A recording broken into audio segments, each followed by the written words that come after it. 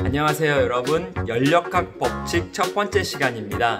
우리가 공부해야 될 연력학 법칙을 이해하기 위해서는 사전적으로 정의가 몇 가지 필요한데요. 그 첫 번째 정의는 기체가 한 일에 대한 정의가 꼭 필요하고 내부 에너지라는 정의가 필요합니다.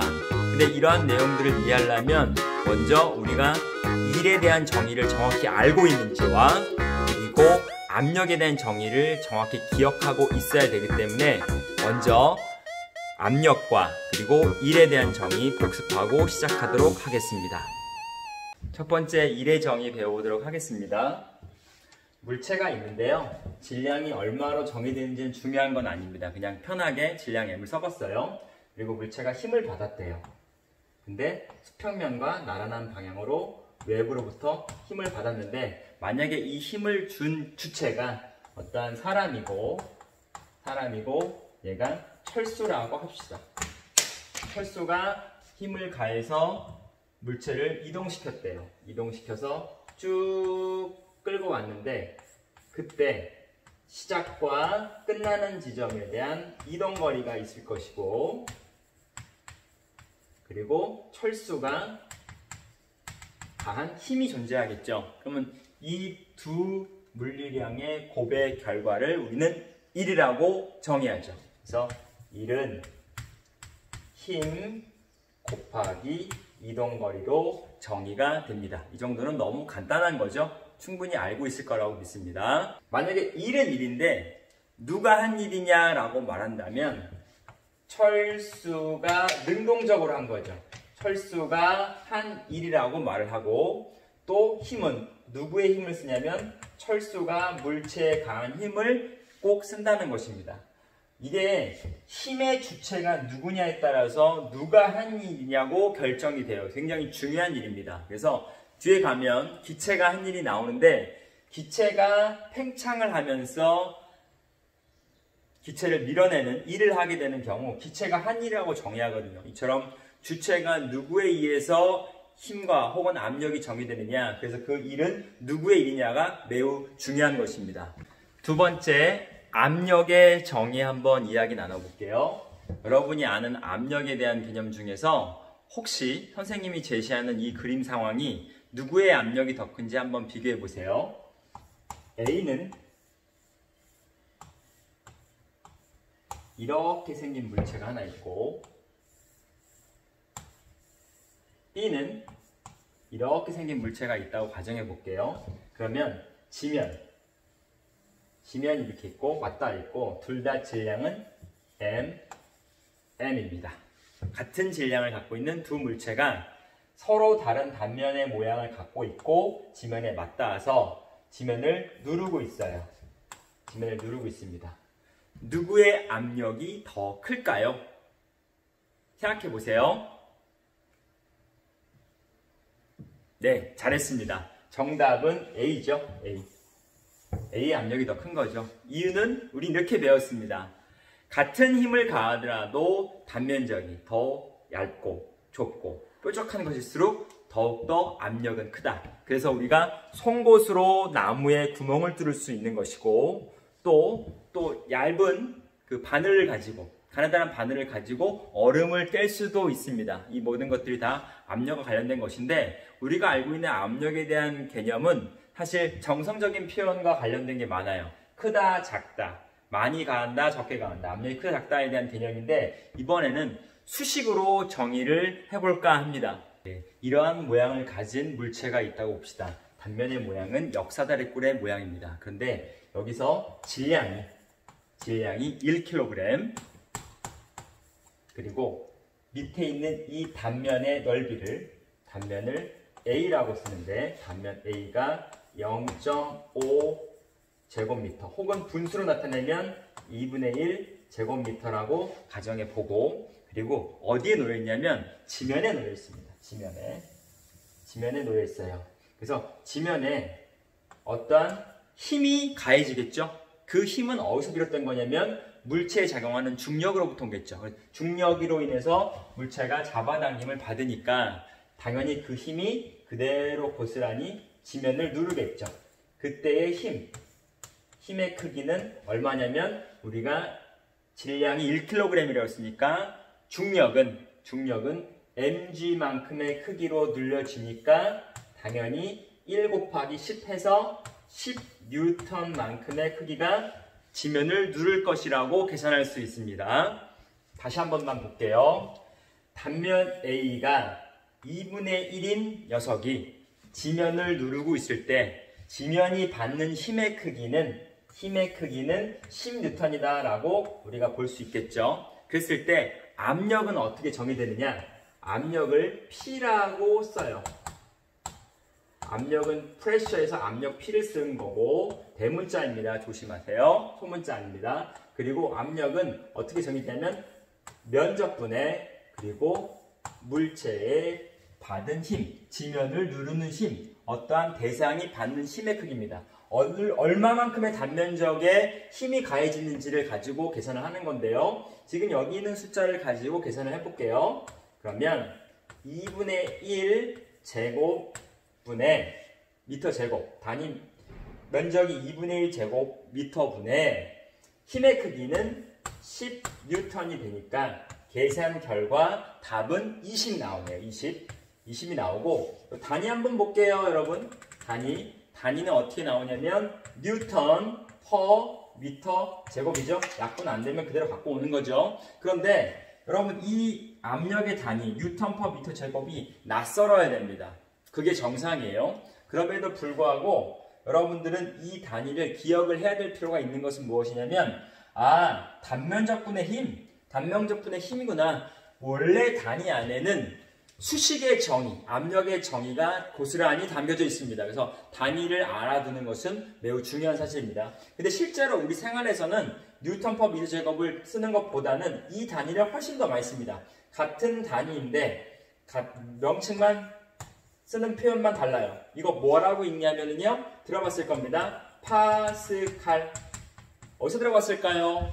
태풍의 중심기압 950 헥토파스칼 이런 얘기할 때 많이 들어봤을 겁니다. 그래서 파스칼이라는 단위와 같은 크기를 갖는 같은 물리량이지만 우리 물리학에서는 일단은 이걸로 하는 걸로 약속하겠습니다. 자, 압력의 정의 면적분의 힘. 그래서 말을 바꿔 말하면 단위 면적당 받는 힘이라고 말합니다. 단위는 뭐라고요? 뉴턴 퍼 미터 제곱입니다. 여기까지가 압력에 대한 정의입니다. 여러분 기체가 한 일에 대해서 이야기 나눠볼 건데요. 굉장히 중요한 부분입니다. 여기서 흔들리면 앞으로의 공부가 어려워요. 꼭 집중해서 보기 바랍니다.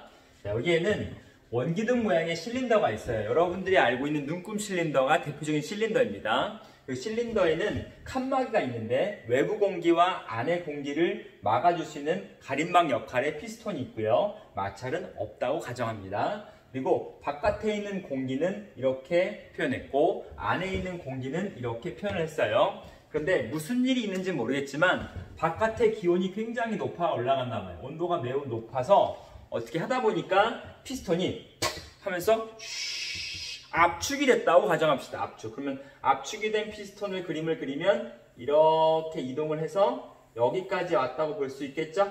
그리고 전에 있던 공기의 부피는 더 압축이 됐으니까 여기에 갇히게 되겠죠? 자, 이러한 상황을 상상해 보겠습니다. 그랬을 때 피스톤은 처음 위치보다 나중 위치에 변화가 생겼어요. 위치의 변화. 그래서 위치의 변화가 생겼다는 말에서 위치의 변화에 변위라고 써서 델타 X라고 표현을 하기도 합니다. 여러분 너무 어렵게 느끼지는 마세요. 이건 거리의 변화라고 봐도 되긴 합니다. 1차원이니까. 그래서 위치가 처음보다는 나중으로 변했어. 근데 이 변화된 거리의 표현을 우리는 변이라고 불러 라고 생각하면 좋습니다. 따라서 얘는 0.2m 이런 식으로 거리의 단위 미터로 나타낼 수 있어요. 20cm를 말하죠. 자, 그 다음 외부에 있는 기체들은 안에 있는 기체랑을 달리 아까 피스톤을 밀어서 쭉 밀어서 안쪽으로 들이넣었다고 합니다. 그러면 반드시 힘이 작용하지 않으면 할 수 없는 일이에요. 따라서 힘은 힘인데 어떠한 힘이냐면 외부에 있는 기체로부터 받은 힘이죠. 조심해야 됩니다. 외부에 있는 기체가 힘을 가해서 피스톤을 안으로 집어넣었고 공기들은 더욱더 압축이 되었습니다. 자, 이 상황에 대해서 우리는 어떻게 생각할 수 있냐면 선생님, 요거 힘이네요? 네. 그리고 이거는 거리 개념이네요? 네. 그러면 힘과 거리를 곱하면 1이 되겠습니다. 맞아요. 그게 우리가 나아갈 방향입니다. 그래서 기체가 한 일이라고 말하는데, 그러면 기체가 한 일을 어떻게 정의하는지 한번 써보겠습니다. 잠깐 미안해요. 자, 1은 힘과 거리를 곱한다고 알고 있습니다만 더 엄격한 정의에 의하면 변위를 쓰는 게 맞긴 해요. 그래서 여기 있는 S 대신에 델타 X를 그대로 갖고 와 볼게요. 그리고 힘 F를 잠깐 다른 문자로 바꿔줄 건데 우리 복습 다시 한 번만 할게요. 아까 방금 전에 했던 압력의 정의 기억납니까? 압력은 단면적분의 힘 얼마만큼의 단면적에 얼마만큼의 힘을 받느냐의 분수 계산으로 나옵니다. 그렇다면 여러분이 볼 때 F만 놔두고 정리하라면 어떻게 되나요? 당연히 A가 넘어가서 PA가 되겠죠? 압력 곱하기 면적이 되겠죠? 그래서 여기 있는 이 F는 PA를 여기 있는 F에다가 넣을 거예요. 그래서 압력과 단면적으로 표현해 볼 겁니다. 그러면 F 대신에 PA 집어넣을게요. PA 그 다음에 델타 X. 그렇게 되면 여러분 눈여겨볼 게 이 부분입니다. 단면적과 변이, 단면적과 거리, 혹은 단면적과 이동거리, 단면적과 높이 이런 걸 상상해 보세요. 원기둥 모양의 입체도형이 있는데 우린 입체도형의 부피를 구하시오 라고 하면 부피는 어떻게 구합니까? 밑넓이 곱하기 높이죠? 밑넓이 곱하기 높이를 통해서 알죠. 그러면 여기 있는 이 높이를 우리는 만약에 델타 X, 변화된 어떠한 높이라고 보고 거리 개념, 그 다음 단면적 A라고 놓으면 단면적과 델타 X의 곱은 부피라는 결과가 나오겠죠. 왜냐면 여기는 높이의 개념, 미터가 나오고 여기는 단면적, 미터 제곱이 나오니까 둘이 곱하면 세제곱미터라는 입체의 크기를 나타내는 부피의 크기가 나오니까요. 그래서 단면적분의 거리는 입체니까 V가 되는구나 라는 거예요. 압력은 그대로고요. 그런데 변화된 위치만큼의 위치의 변화에 따른 거기 때문에 위치가 변하면 높낮이가 변한다는 얘기이기 때문에 V도 변할 수 있는 거죠. 뭔 말이냐면 볼게요. 만약에 델타 X가 조금만 압축이 됐어요. 여기까지 왔겠죠. 그러면 이만큼의 부피의 변화와 이만큼의 부피의 변화는 다른 겁니다. 따라서 부피의 변화의 주도권은 델타 X에서 변화된 정도가 주도권을 갖기 때문에 항상 절대적인 값이 아니라 변화될 수 있는 부피로 놔둬야 된다는 거죠. 왜냐하면 어떠한 경우는 얘가 20cm가 될 수도 있지만 어떤 경우는 30cm 혹은 40cm가 될 수 있기 때문에 얘가 변화된 양만큼 부피도 당연히 증가되기 때문에 델타 V를 넣어야 맞습니다. 따라서 기체가 한 일에 대한 내용을 지금 우리가 배우고 있는데 어찌어찌 해가지고 결론이 나오긴 했어요. 그런데 한 번만 더 써볼게요. 기체가 한 일은 조심해야 될 것은 기체가 한 일은 여기서 말하는 기체는 누구를 말할까요? 힘을 가한 주체가 누구냐라는 게 포인트입니다. 그러면 힘을 가한 주체는 안에 있는 기체가 아니라 외부 기체죠. 외부의 기체이기 때문에 정확히 말하면 외부의 기체가 한 일이라고 말해야 되는 게 맞고 그리고 그 결과는 그 정의는 바로 압력. 외부에서 밀어낸 안으로 향해서 밀어낸 압력과 그 다음에 그때의 부피의 변화의 값으로 정의된다라는 겁니다. 다시 한번 정리할게요. 기체가 한 일, 외부로부터 기체가 힘을 가해서 근데 다른 말로 하면 압력을 가해서 어떠한 부피의 변화가 생겼을 때 그때 우리는 기체가 한 일을 정의할 수 있고 외부 기체는 압력 곱하기 부피의 변화로 정의된다라는 거 기억해 주세요. 여기까지 해서 기체가 한 일을 마치도록 하겠습니다. 자, 이제 여러분 내부 에너지 한번 배워보겠습니다. 표현은 좀 어려운 표현이 나왔습니다. 내부 에너지라는 말. 네, 표현이라는 말의 속뜻을 고민하지 말고 선생님이 하는 말 잘 따라오면 정말 쉬운 개념이구나 라는 걸 알게 될 겁니다. 일단 원래의 정의도 알려주고 쉬운 정의도 알려줄게요. 원래의 정의는 기체 분자들이 갖는 운동에너지 총합을 말해요. 이렇게 말하면 우리에게는 굉장히 어렵게 다가옵니다. 그래서 선생님이 예시 상황을 하나 드려볼게요. 교실 건물이든 아니면 어떠한 방이든 방이 똑같은 부피의 방이 있다고 가정해 볼게요. 그리고 방의 이름은 A방, 여기는 B방이라고 하고, 그리고 A방에도 기체들이 있고 B방에도 기체들이 있어요.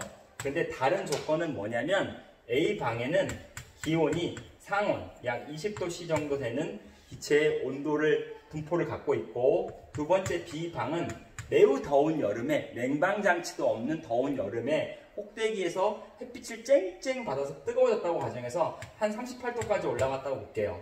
그러면 누가 봐도 힘들고 더운 방인데 이 안에 있는 공기들의 움직임, 얼마나 활발하게 움직이고 있는지를 한번 이야기해 보자면, 어떠한 방의 공기가 더 활발합니까? 라고 말하면 우리 친구들은 아주 쉽게 당연히 B요 라고 말할 겁니다. 그러면 활발하게 움직이는 것은 무엇을 말하느냐? 상대적으로 적게 움직이고, 그러면 활발한 정도는 바로 속도입니다. 속도. 기체 분자들이 갖는 운동 속도. 그러면 속도가 크면 우리는 알고 있죠? 운동 에너지의 결정요인 속도라는 것. 그래서 운동 에너지가 더 큽니다 라고 말합니다. 그래서 결론적으로 보면 내부 에너지라는 개념으로 두 방의 기체들의 운동을 바라보았을 때 첫 번째 A방과 두 번째 B방에서 내부 에너지가 더 큰 것은 B라고 말할 수 있다는 겁니다. 간단하죠? 아하, 내부 에너지는